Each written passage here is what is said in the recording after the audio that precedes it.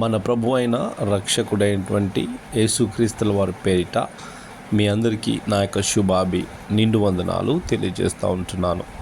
ఈరోజు దేవుని యొక్క వాగ్దానము కీర్తనల గ్రంథము 23వ అధ్యాయము 6వ వచనము.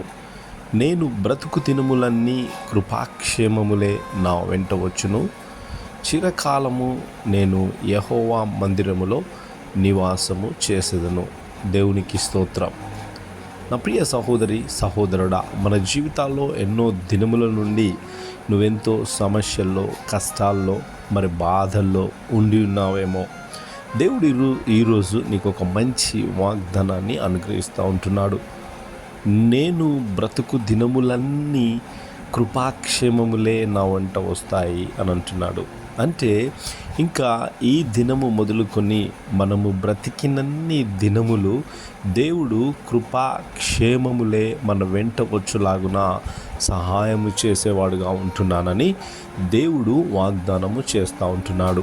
మనము కాదు, మన కుటుంబము కూడా మరి యెహోవా మందిరములో నిత్యము నివాసము చేసేవారుగా ఉంటాము అని దేవుని వాక్యము సెలవిస్తూ ఉంటుంది.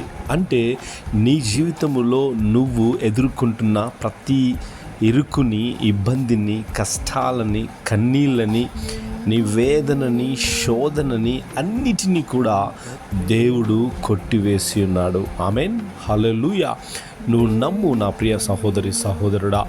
నీ జీవితములో ఇది మొదలుకొని ఒక గొప్ప మరి దేవుని యొక్క అద్భుతమును నువ్వు చూస్తావు, ఆశ్చర్యక్రియను నువ్వు చూస్తావు. ఆయన చేసేవాడుగా ఉంటున్నాడు. హల్లెలూయా. తప్పకుండా చేయగల దేవుడు నేను ఆరాధిస్తున్నటువంటి యేసుక్రీస్తు ప్రభువుల వారు.